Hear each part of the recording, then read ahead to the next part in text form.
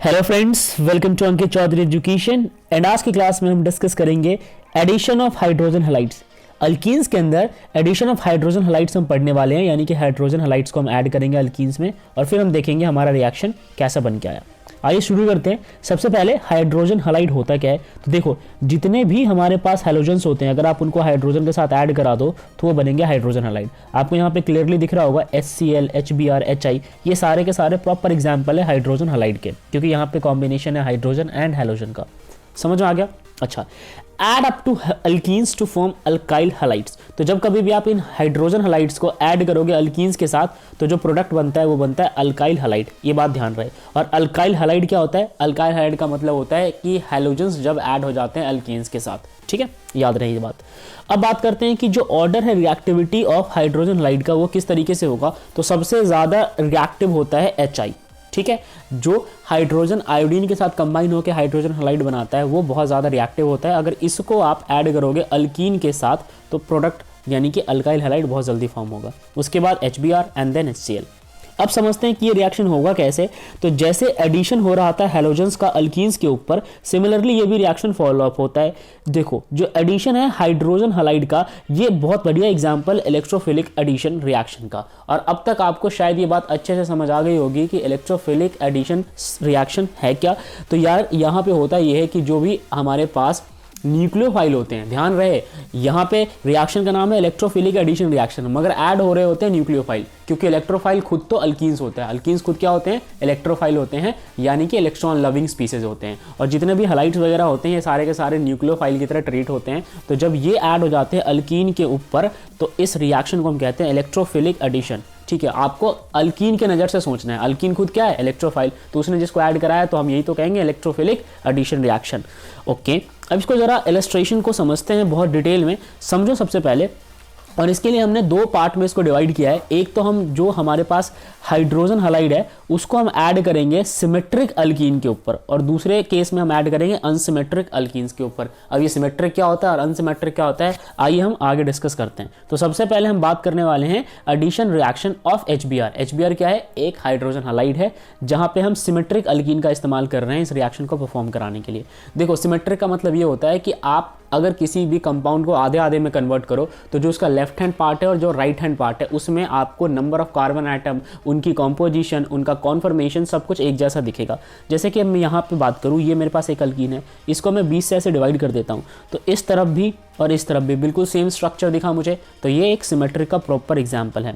अगर आप यहाँ पे देखने की कोशिश करो, इस केस में भी आपको समझ आएगा कि 20 से डिवाइड करने पे इस तरफ भी CH3CH और इस तरफ भी CH3CH, तो ये सारे के सारे सिमेट्रिक अल्कीन्स है। ध्यान रहे इस बात का, अल्कीन्स को सिमेट्रिक अनसिमेट्रिक लेना है। आपके लिए हाइड्रोजन हैलाइड के पास ऐसा कोई ऑप्शन नहीं है कि आप उसको सिमेट्रिक लो या अनसिमेट्रिक लो, वो जैसा है वैसा ही होता है। आगे बढ़ते हैं, इस चीज़ को समझते हैं। ये हमारे पास जब एक सिमेट्रिक अल्कीन है, केवल यहाँ तक, इस प्लस के परे देखो आप, ये मेरे पास सिमेट्रिक अल्कीन है, आपने ऐड कर दिया यहाँ पे हाइड्रोजन हैलाइड, राइट।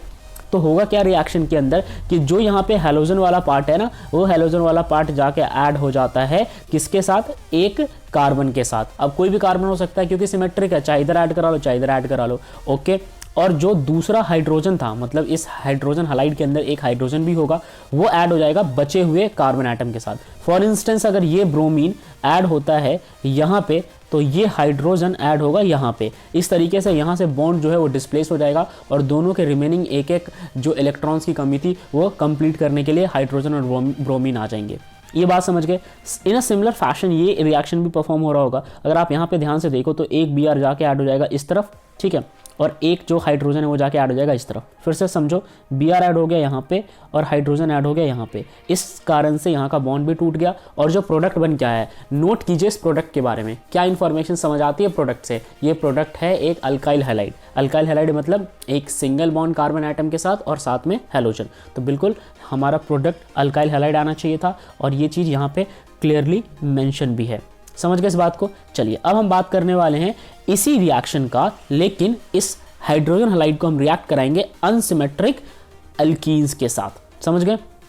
तो समझते हैं कि अनसिमेट्रिक अल्कीन्स में ये रिएक्शन कैसे परफॉर्म होने वाला है। देखो कुछ सवाल आपके सामने पहले आएंगे। सवाल नंबर 1, how will HBr add to propene. अगर आप प्रोपीन की बात करो, देखो मैं आपको प्रोपीन बना के दिखाता हूँ। ये हमारे पास हो गया CH3, ये हो गया CH और ये हो गया डबल बॉन्ड CH2, राइट। अच्छा यहाँ पे भी आप कर लो CH2, तो इसके एक बार बॉन्ड गिन लो, एक यहाँ से कंप्लीट हो रहा है, दो यहाँ से और दो यहाँ, और यहाँ पे सिंगल एक हाइड्रोजन ही रहेगा, ठीक है। तो यहाँ पे लगा लो आप पहले डबल बॉन्ड। तो इस कार्बन के बारे में थोड़ा सोचो, दो इधर से मिल गया, एक इधर से और एक हाइड्रोजन से, तो ये हमारे पास प्रोपीन है। अब ये प्रोपीन अगर आप ध्यान से देखो तो क्या आपको ये सिमेट्रिक दिख रहा है? Obviously not. सिमेट्रिक क्यों नहीं दिख रहा? क्योंकि अगर आप बीच से यहाँ पे आप बीच से इसको अलग करने की कोशिश करोगे तो कहाँ से करोगे? इस पॉइंट से, ऐसा तो सेंस बनता ही नहीं है। तो ये एक अनसिमेट्रिक का केस है जिसके आधी तरफ कुछ और तरीके के कॉम्पोजिशन है और आधी तरफ कुछ और तरीके के कॉम्पोजिशन है। तो इस केस में क्या बनने वाला है प्रोडक्ट, इस चीज़ को हम समझते हैं। आइए डिस्कस करें आगे इसको।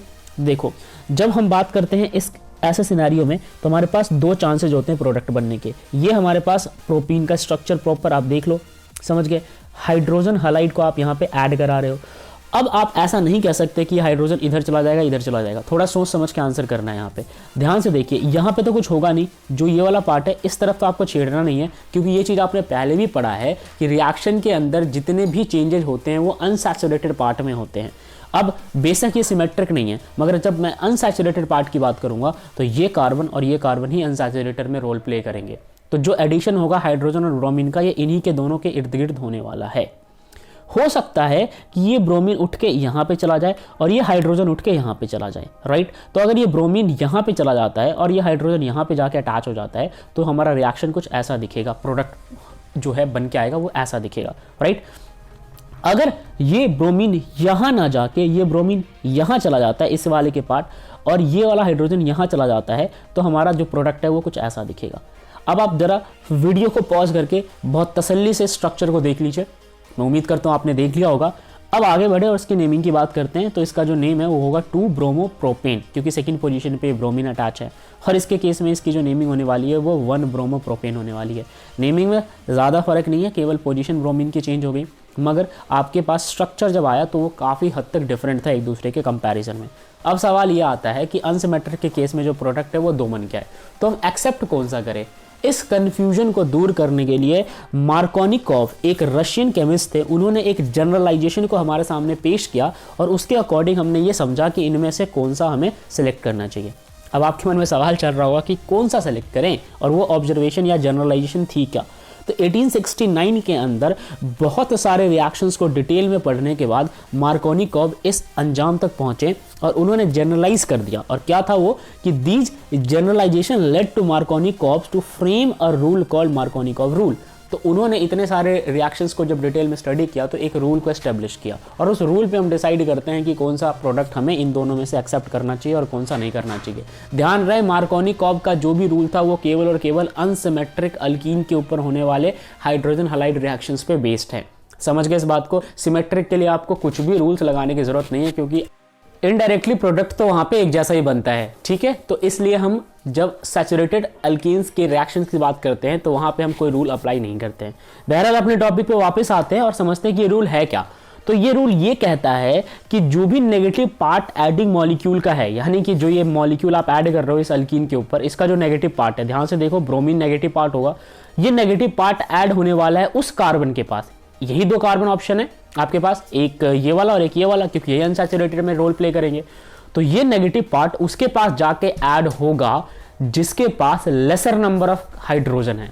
आई अगेन रिपीट, इन दोनों में से सबसे कम हाइड्रोजन किसके पास है? इसके पास। तो ये नेगेटिव पार्ट ऐड हो जाएगा कहां पे? लेसर वाले के पार्ट, ठीक है।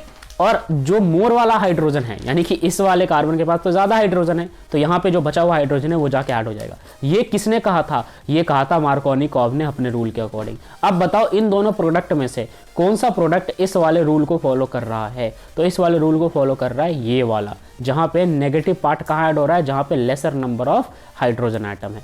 तो हम इन दोनों में से किसको एक्सेप्ट करेंगे? हम इसको एक्सेप्ट करेंगे। इस बात को आपने समझ लिया। और यहाँ पे क्लियरली मेंशन है कि molecule get attach to the carbon atom which possesses lesser number of hydrogen atom. समझ गए? thus according to this rule product 1 that is two bromopropane is accepted. तो आपने बहुत अच्छे से समझ लिया। अब यहाँ पे आगे समझते हैं कि in actual practice this is the principal product of reaction. तो जब आप रियली में इस चीज को बना रहे होगे तो यही इसका प्रिंसिपल प्रोडक्ट होगा। हालांकि इसका ये मतलब नहीं है कि ये इसका प्रोडक्ट नहीं है, बट हम एक्सेप्ट इस वाले को करेंगे। यहां तक बात समझ गए। चलिए आगे बढ़ते हैं। This generalisation of Markovnikov rule can be better understood in terms of mechanism of this reaction. तो यार जब इसका मैकेनिज्म करेंगे ना, मैकेनिज्म क्या होता है, एक एक स्टेप आप डिटेल में जाके समझोगे कि कैसे यहाँ से पहले हाइड्रोजन और ब्रोमीन अलग होते हैं, फिर ब्रोमीन जाके अटैच होता है, फिर ये बॉन्ड टूटता है, फिर उसको एक्सेप्ट करता है, फिर स्टेबल होता है। इस पूरे प्रोसेस को जहाँ पे एक एक डिटेलिंग समझनी होती है रिएक्शन की, उसको मैकेनिज्म कहते हैं। तो जब आप मैकेनिज्म करोगे तो आपको मार्कोनिकॉफ के बारे में और अच्छे से पता चलेगा। तो आओ दोस्तों, देर किस बात की, मैकेनिज्म करते हैं। तो जब मैकेनिज्म आप स्टडी करोगे तो आपको समझ आएगा कि जो भी हाइड्रोजन ब्रोमाइड है वो इस रिएक्शन के अंदर क्या रोल प्ले करेगा। भाई ये प्रोवाइड कराएगा इलेक्ट्रोफाइल। अब ये कैसे प्रोवाइड कराएगा इलेक्ट्रोफाइल? यार हाइड्रोजन ब्रोमाइड के दो पार्ट होते हैं, एक हाइड्रोजन होता है और एक ब्रोमीन खुद होता है। तो हाइड्रोजन को अगर आप ध्यान से देखोगे तो वो पॉजिटिव होता है। अब सोचो, जो भी स्पीसीज पॉजिटिव होते हैं वो सारे के सारे इलेक्ट्रोफाइल बनते हैं, क्योंकि उनको तलाश होती है इलेक्ट्रॉन की, और वो अटैक करने वाले हैं डबल बॉन्ड को, और ताकि वो बना दे कार्बोकैटायन। तो आओ यार समझे किस तरीके से ये रिएक्शन होने वाला है। देखो ये जो आपके पास इलेक्ट्रोफाइल है, आप इसको इस रिएक्शन के अंदर लेके आओ, यहां से लेके आओगे, दिख रहा है ना आपको ये HBr, यहां से H आया और ये H कहां चला गया, ये डबल बॉन्ड के ऊपर अटैक करके चला गया। और जब इसने डबल बॉन्ड को अटैक किया तो एक बॉन्ड टूट जाएगा और इसके कारण ये हाइड्रोजन अटैच होगा इसके साथ। अब सवाल ये होता है कि इसके साथ ये अटैच क्यों होता है? तो अपने मार्कोनिकॉफ भैया ने ये क्या समझाया था हमें कि हाइड्रोजन वहां जाके अटैच होगा जहां पे जहां पे जहां पे जहां पे जहां पे अटैच होने के बाद यहां पे ये बॉन्ड ब्रेक हो जाएगा, जिसके कारण ये वाला तो बन जाएगा CH2, यानी कि ये बन गया CH2। ये बॉन्ड टूटने के कारण अब ये बन गया CH2 पॉजिटिव, यानी कि CH पॉजिटिव को हम कहते हैं कार्बोकैटायन। तो जिन नालायकों को नहीं पता कार्बोकैटायन क्या होता है, आओ यारो तुम्हारे लिए मैं कार्बोकैटायन दोबारा एक्सप्लेन करता हूं। देखो, जब कभी भी कार्बन के ऊपर आ जाए पॉजिटिव चार्ज तो वही फॉर्म बनता है कार्बोकैटायन। और अपने नालायकपन को एक लेवल ऊपर ले जाओ और समझो कार्बेनियन क्या होता है। तो जब कार्बन के ऊपर आए नेगेटिव चार्ज तो उसे हम कहते हैं कार्बेनियन। ठीक है, कार्बन के ऊपर नेगेटिव चार्ज कार्बेनियन और कार्बन के ऊपर पॉजिटिव चार्ज कार्बोकैटायन। तो मैं उम्मीद करता हूं तुम्हारी बुद्धि में थोड़ा इजाफा हुआ होगा और आगे इस रिएक्शन को आप अच्छे से कर पाओगे। अब आप देखो, प्रोडक्ट की बात करेंगे तो ये ब्रोमीन बेचारा अकेला छूट गया। अब इस ब्रोमीन के साथ भी तो कुछ करना है। जब ये हाइड्रोजन निकल गया यहां से तो ब्रोमीन के ऊपर बच जाएगा नेगेटिव चार्ज। अब इस नेगेटिव को तलाश है किसी पॉजिटिव की, तो ये जाके संबंध बना लेगा इस पॉजिटिव के साथ, यानी कि कार्बन के पॉजिटिव वाले हिस्से, जिसको कि आप कार्बोकैटायन कह रहे थे। तो जब ब्रोमीन और कार्बोकैटायन का आपस में एक रिलेशन एस्टेब्लिश हो जाएगा तो उसके बाद हमारा प्रोडक्ट भी तैयार हो जाएगा। और इसी तरीके से ब्रोमीन जो है वो जाके ऐड हो गया यहां पे और हाइड्रोजन ऐड हो गया यहां पे। ये हमारा केस बनता है जब हम अनसैचुरेटेड अल्कीन को रिएक्ट कराते हैं एक हाइड्रोजन हैलाइड के साथ। अब आप समझो इस प्रोडक्ट को, इस प्रोडक्ट के दो हिस्से हैं, एक ये वाला और दूसरा ये वाला। कैसे? तरीका ये हो सकता है कि ये वाला जो हाइड्रोजन है, ये वाला हाइड्रोजन जब इस बॉन्ड को तोड़ रहा था तो हो सकता था उस टाइम में ये ऐड हो जाए इस वाले के साथ, यानी कि इस वाले कार्बन के साथ, और ये हो जाए CH3। और जब बॉन्ड टूट गया तो ये तो रह गया CH, बट इसके ऊपर आ गया पॉजिटिव चार्ज। और दूसरा केस ये भी हो सकता है कि ये, जैसे मैंने आपको समझाया, कि ये डायरेक्टली अटैच हो जाए इस वाले के साथ और यहां से बॉन्ड टूट जाए। अब आपको बताना है कि इन दोनों केसेस में से ज्यादा स्टेबल कौन है। तो जाहिर सी बात है ज्यादा स्टेबल ये वाला केस है, जब हमारा हाइड्रोजन जाके अटैच होता है इसके साथ जहां पे ऑलरेडी हाइड्रोजन मौजूद है। समझ गए? ओके। तो सेकेंडरी कार्बोकैटायन ये हमारा है सेकेंडरी कार्बोकैटायन। अब यार प्राइमरी और सेकेंडरी कार्बोकैटायन क्या होता है? तो उन नालायक बच्चों को ध्यान देना चाहिए जिनको नहीं पता, मैं बता दूं। प्राइमरी का मतलब होता है कार्बन के साथ एक ही कार्बन अटैच हो, उसे हम कहते हैं प्राइमरी। और अगर कार्बन के साथ दो कार्बन अटैच हो तो उसे हम कहते हैं सेकेंडरी। जैसे कि इसकी हम बात करने वाले हैं जो कि कार्बोकैटायन है, इसके इस तरफ भी एक कार्बन और इसके इस तरफ भी एक कार्बन, तो ये होगा सेकेंडरी का केस। वेयर अगर हम इस केस में कार्बोकैटायन की बात करें तो इसके इस तरफ केवल और केवल एक ही कार्बन डायरेक्टली अटैच है, हम इनडायरेक्ट की बात नहीं करेंगे, ये इनडायरेक्टली अटैच है, तो इसे हम कहेंगे प्राइमरी कार्बोकैटायन। तो हम सेकेंडरी की जब बात करेंगे तो वो ज्यादा स्टेबल होता है, ये बात आप ध्यान रखना। अब हमें इतना पता चल गया कि सेकेंडरी ज्यादा स्टेबल है, तो इस रिएक्शन को यार आगे बढ़ाओ। आपने इस रिएक्शन को जब आगे बढ़ाना है तो आपको पता चलेगा कि the secondary carbocation is more stable than primary carbocation, therefore the former predominates because it formed at faster rate. यानी ये जो आपके पास प्रोडक्ट है ये फ्यूचर में जो प्रोडक्ट बनाएगा वो ज़्यादा रफ्तार से बनाएगा। समझ गए इस बात को? तो अब जो फ्यूचर में प्रोडक्ट बनेगा जरा उसको भी हम समझ ले। देखो जो कार्बोकैटायन है वो अटैक होगा Br के द्वारा, जैसा मैंने आपको समझाया ये ब्रोमीन अटैक करेगा कार्बोकैटायन को, तो मैंने आपको समझाया था इस केस में। अब हमें इसको सेलेक्ट करना है, तो ये Br यहाँ पे आपको दिख रहा होगा, ये अटैक करेगा इस वाले पार्ट को, और जब ये इस वाले पार्ट को अटैक कर देगा जैसा कि यहाँ पे अटैक कर रहा है, तो हमारा फाइनल प्रोडक्ट ये बन के आएगा। तो मार्कोनिकोव ने क्या कहा था, उन्होंने कहा था कि जो ब्रोमीन है यानी कि जो नेगेटिव स्पीसीज है वो उस पे जाके अटैच होता है जहां पे कार्बन में हाइड्रोजन की संख्या कम हो, और फाइनली हम उस रफ्तार से यहां पहुंच चुके हैं। यानी कि हमने ये चीज सीख लिया मार्कोनिकोव रूल होता क्या है with the help of mechanism. तो आई होप आपको ये चीज समझ आया होगा। उम्मीद करता हूं कि आप इस रिएक्शन को लिख के और प्रैक्टिस करके समझ लेंगे। मिलते हैं अगले क्लास में। जय हिंद।